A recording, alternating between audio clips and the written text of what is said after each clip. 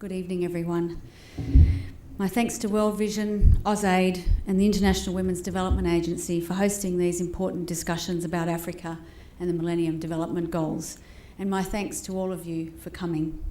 There are many causes of poverty in Africa, but in part they can be traced to two key themes: indifference and injustice.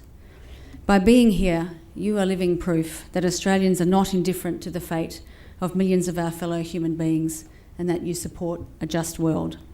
Tonight we're going to talk about some very dark and difficult realities in Africa today, some very confronting numbers and some terrible instances of inhumanity.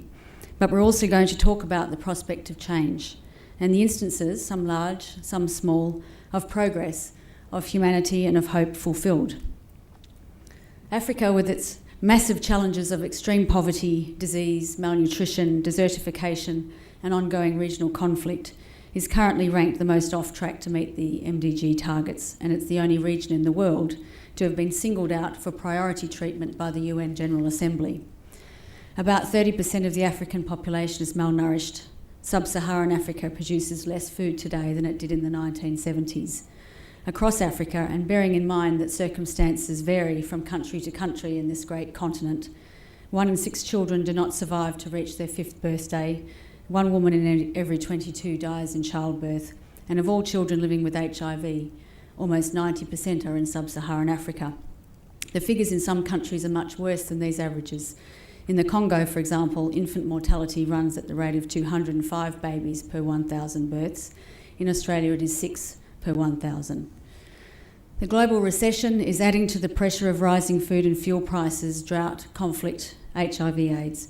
Corruption undermines development goals, and there is, of course, the looming catastrophe of climate change, all of which seriously undermine the food security of African people. There are many aspects of indifference and injustice affecting Africa, but today I want to talk particularly about indifference and injustice towards women.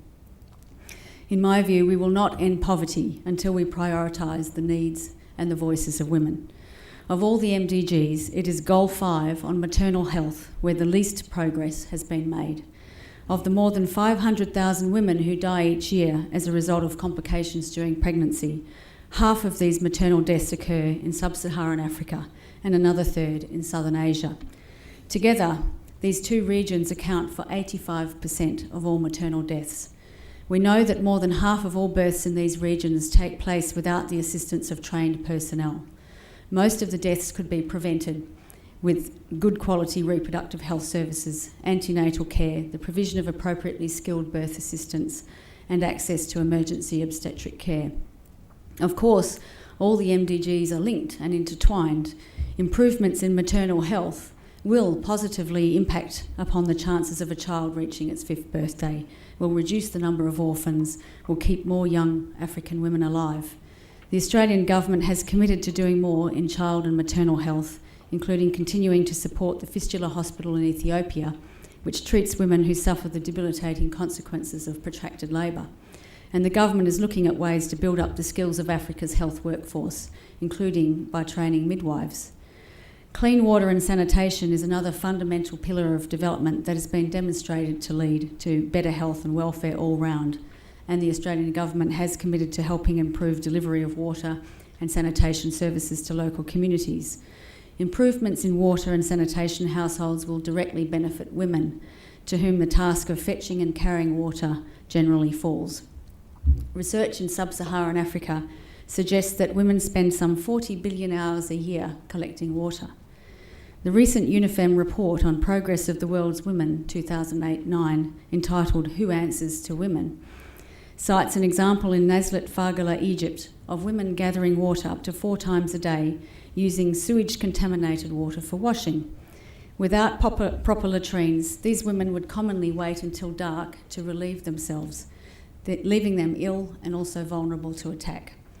The situation changed when a local government water and sanitation project introduced female health visitors and enabled women to participate in community and household decisions about how to improve health and livelihoods.